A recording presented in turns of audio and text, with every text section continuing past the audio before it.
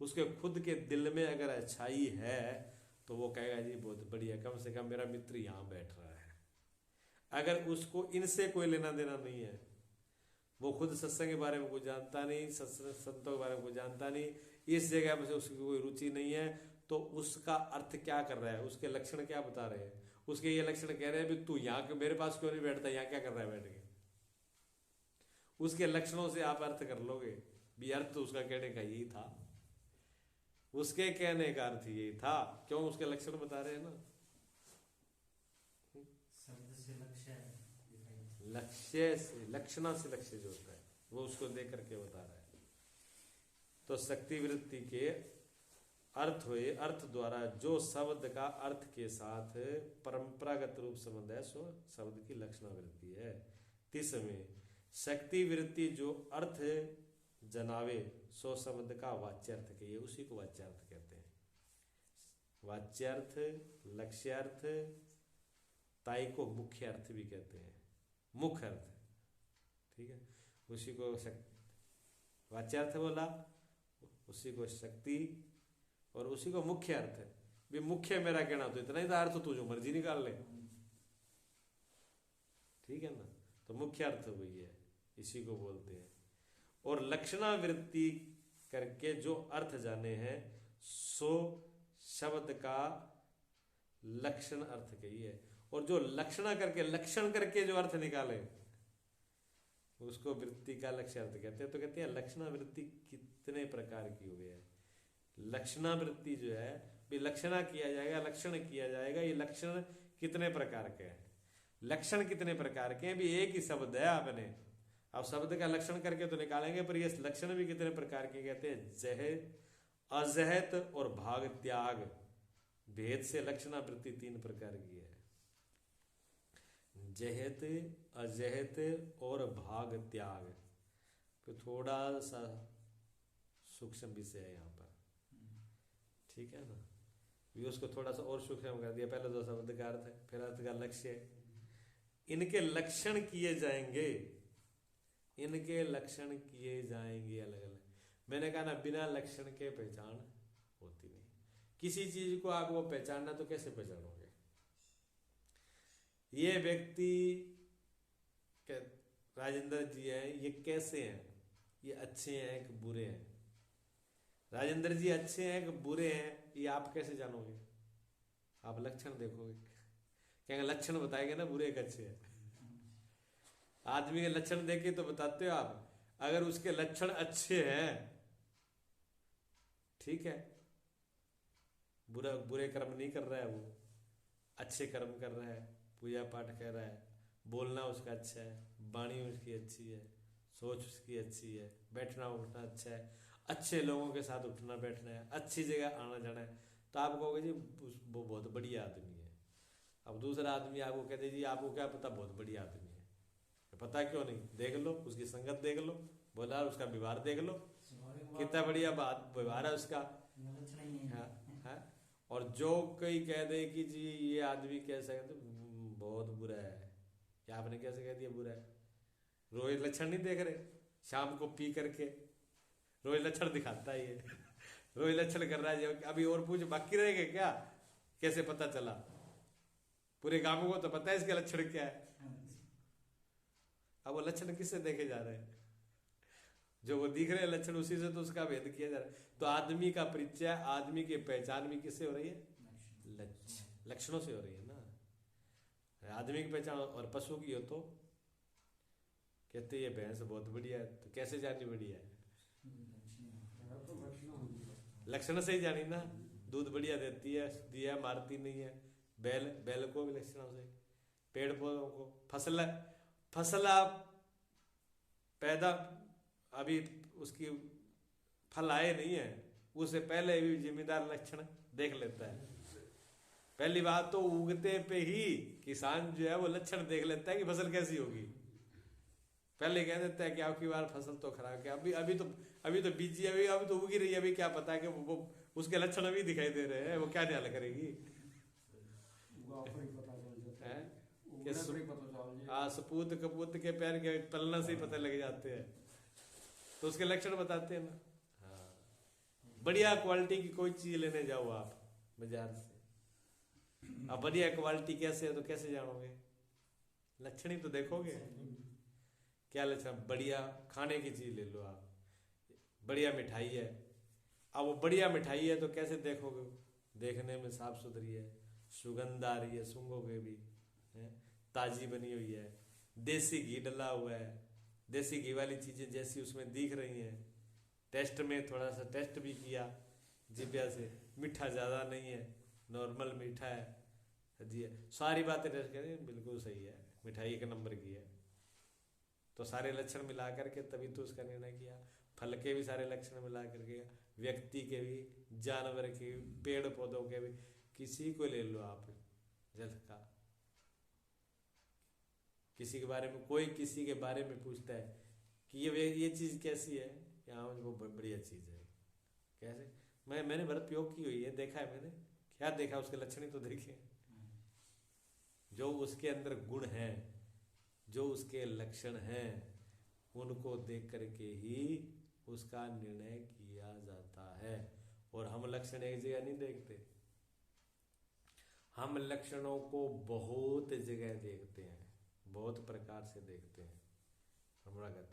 हम आदमी के लक्षण देखते हैं, ऐसे देवता के, फलानी जगह बड़ा, क्या पूछो, हनुमान जी सिद्ध है, दुनिया हो क्या पूछते हो, हरे वाले वो तो बिल्कुल ही मंदिर सिद्ध मंदिर है। अच्छा, आपको क्या पता है मंदिर सिद्ध है? कैसे जाना आपने?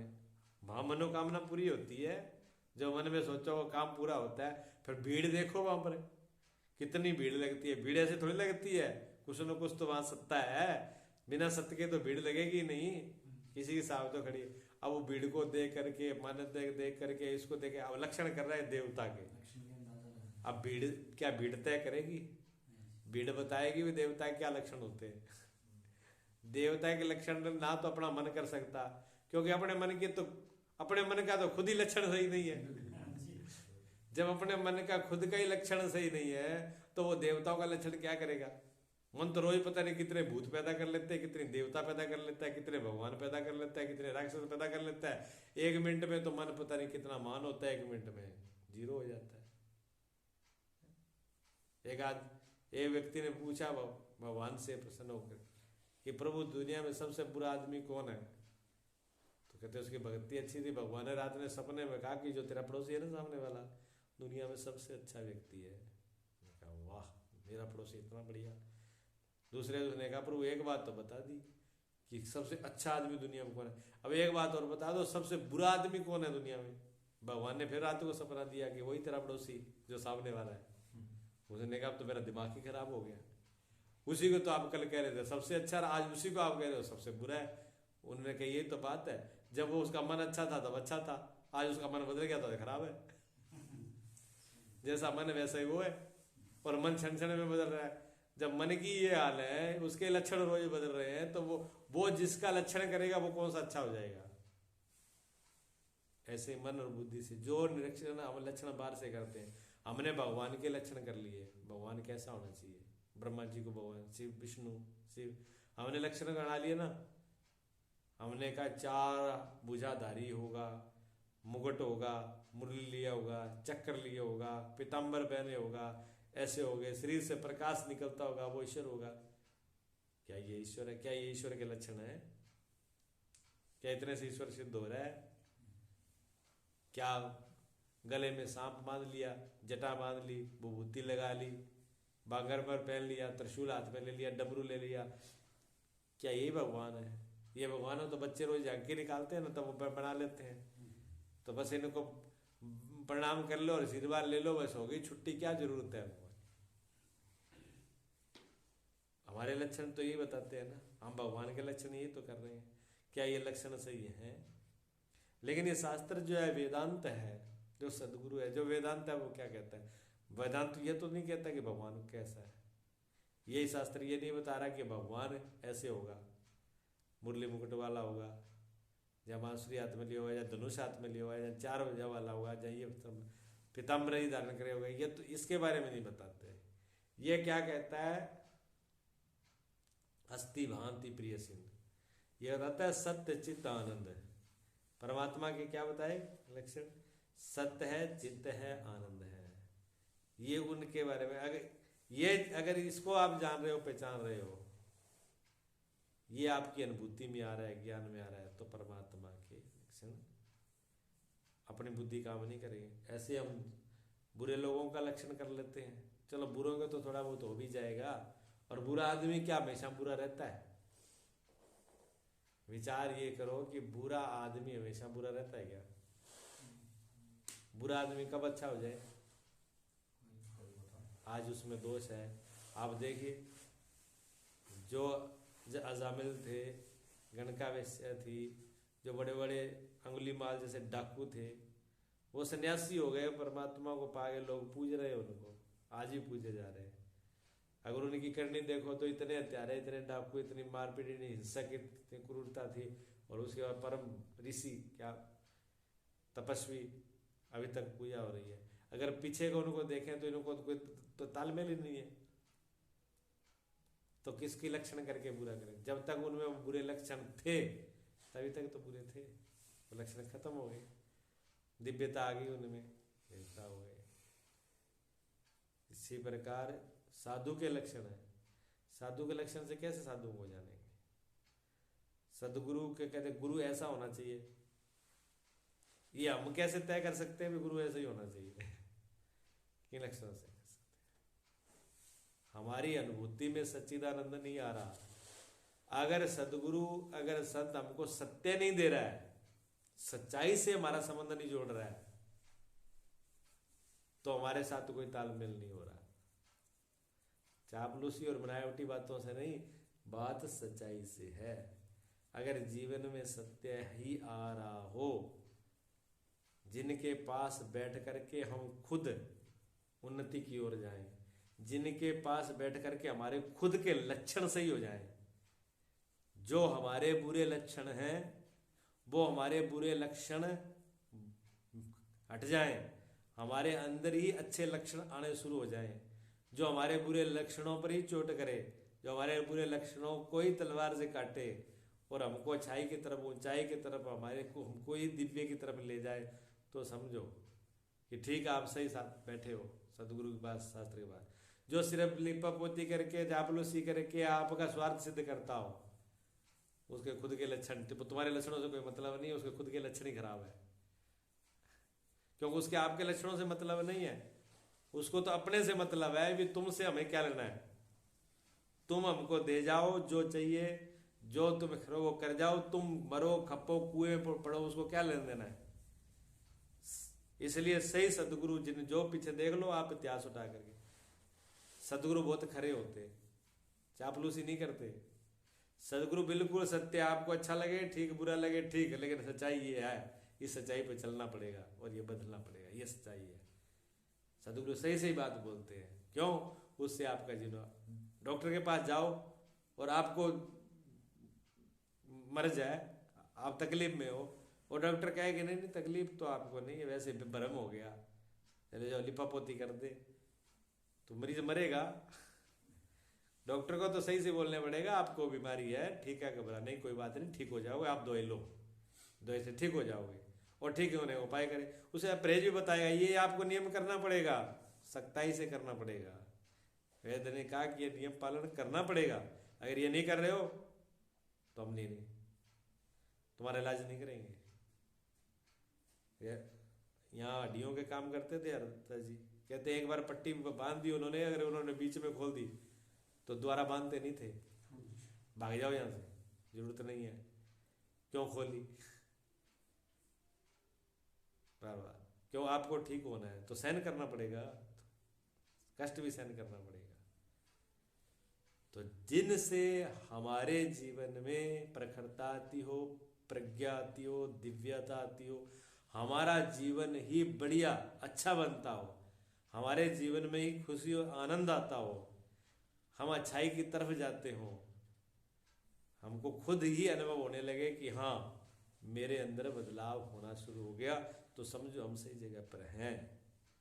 अगर ऐसा नहीं हो रहा है तो हमारी कमी, जहाँ तो हमारी कमी है, जहाँ फिर हम बैठ, हमारा लक्ष्य जहाँ बैठ रहे हैं हमारा खुद वो गलत है। तो अपने लक्षण बदले नहीं तो फिर कोई फायदा नहीं है। अग्नि के पास बैठे और फिर भी सर्दी लगे तो फिर अग्नि का लक्षण कहाँ है? अग्नि का लक्षण क्या शीतलता है? अग्नि का लक्षण तो गर्मपन है, तेजपन है। तेज और अग्नि कहते मैं तेज और अग्नि के पास बैठा हूं और क्या है, सर्दी लग रही है, तो तुम भ्रम में है। कोई कल्पना में बैठा है, कोई कल्पना की आग जला रखी है, कल्पना की अग्नि में बैठे हुए हो। अगर वास्तव में अग्नि के पास बैठे हो तो फिर सर्दी मरने की क्या जरूरत है। और इसी प्रकार कहते जी बहुत प्यास लगी है, मर रहा हूं प्यास से। वाले कहाँ? गंगा के किनारे बैठा हूं, गंगा नदी पे।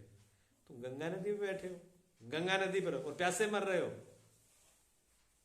तो गंगा नदी पर हो नहीं आप। गंगा पर होकर के प्यासे कैसे मर जाओगे? और आदमी की ये हालत है। हो गुरुओं की बाढ़ आई खड़ी है और चेलों की दूसरी सुनामी लहर है। चेलों की सुनामी लहर है, गुरुओं की बाढ़ है, लहर लगे पड़ी है। सीधे के सीधे पता नहीं कि हजारों के लोग सीधे के सीधे मंत्र दिए जा रहे हैं, शिक्षा दी जा रही है, दीक्षा दी जा रही है, और उनके लक्षण देखो। विशेषज्ञ वाले वाले कोई लक्षण दिख रहे हैं कहीं? एक दो अहंकार, पहले तो अहंकार भरे थे ऊपर से और भर के ले आ रहे हैं। पहले तो थोड़ा बहुत कचरा था, अब 2-2 फुट कचरा और चढ़ा लिया। समझते हम 2-2 फुट कचरा उतने तो मोटे हो गए, ताजे हो गए हम। अब उसी कचरे को मोटा ताजा मार रहे हैं। पहले तो ठीकरे इकट्ठे कर रखे, समझे हम धनपति हैं, हमारे पास वो धीरे ज्वार आता है। 10-20 और ठीकरे इकट्ठे कर लिए, पत्थर इकट्ठे कर लिए, कहते अब तो कोई नहीं, हीरे हमारे पास आ गए, अब किसकी जरूरत है। लक्षण उनके बता देंगे कि ये क्या करके आ रहे हैं। गुरु के पास गए हैं, सत्य के पास गए हैं, इनके पास दीक्षा शिक्षा है, परमात्मा के लाइन पे चले हैं ये, उनके लक्षण तो बताएंगे। अगर वो लक्षण उनमें नहीं है तो कैसे माना जाएगा कि ये गुरुओं के पास गए हैं? भीड़ से नहीं, भीड़ तय नहीं करती। भीड़ तो भेड़ों की होती है, कहीं सिंहों और शेरों की भीड़ होती है।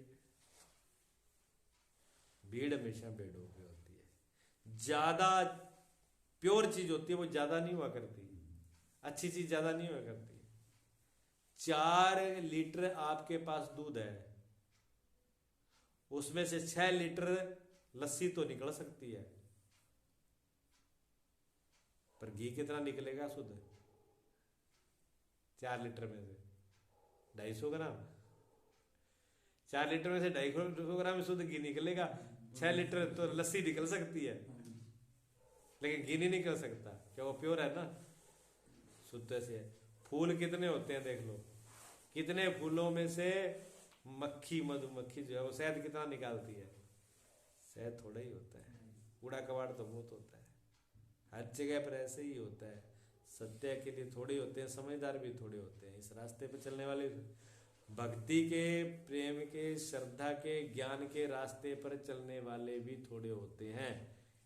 इस गांव के अंदर 1200 बोट, कितने बताए? 12,000 बोट है, 1200 बोट है, 1200 बोट है, 1200 बोट है। वो तो बोटों का मतलब, 1200 बोट का मतलब होता है जो मनुष्य कहलाने के लिए, पुरुष कहलाने के लिए लायक हो चुका है, जो एक राजा बनने के लिए लायक हो चुका है, जो एक मंत्री बनने के लिए लायक हो चुका है, जो एक जज बनने के लिए लायक हो चुका है, जो एक वकील बनने के लिए लायक हो चुका है, जो एक डॉक्टर बनने के लिए लायक हो चुका है।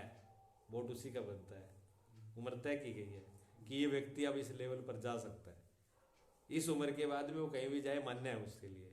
नाबालिग नहीं रहा, बच्चा नहीं रहा, बच्चे का वोट नहीं है, नाबालिग का वोट नहीं है, ठीक है ना। भी इतनी समझदारी के लिए तय कर दिया गया। इतने होने हुए उनमें से बाकी तो गिनती नहीं कितने लोग हैं, 1200 तो वोटर ही है जिनकी गिनती करते हैं मानसों में।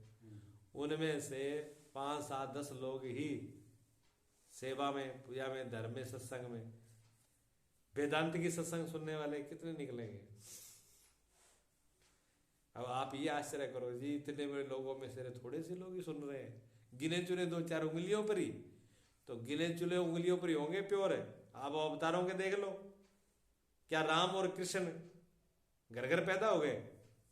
इतनी बात नहीं। युगों में कोई रामकृष्ण एक, महावीर, गौतम बुद्ध, कबीर, नानक, क्या घर घर में पैदा। माँ तो बच्चे निरे जन्म रही है माताएं, कितनी आबादी पैदा हो रही है रोज, कितनों को जन्म दिया जा रहा है। लेकिन गौतम बुद्ध, महावीर, भगवान कृष्ण, भगवान राम है, गुरु गोविंद सिंह, शिवाजी, समर्थ गुरु रामदास, आदि गुरु शंकराचार्य, कितने पैदा कर रहे हैं, रोज पैदा हो रहे हैं। सदियों में कोई एक पैदा होता है अच्छाई में से, ठीक है ना। ये गिने चुने के लिए है, इसलिए आश्चर्य करने की जरूरत नहीं, घबराने की जरूरत नहीं है। तो ये लक्षण करके बताएंगे शब्द, जो ये शब्द है जैत अजैव, तो लक्षण 3 प्रकार के लक्षण से बताएंगे, ठीक है। इसकी चर्चा आगे धीरे धीरे करेंगे क्योंकि थोड़ा सूक्ष्म है।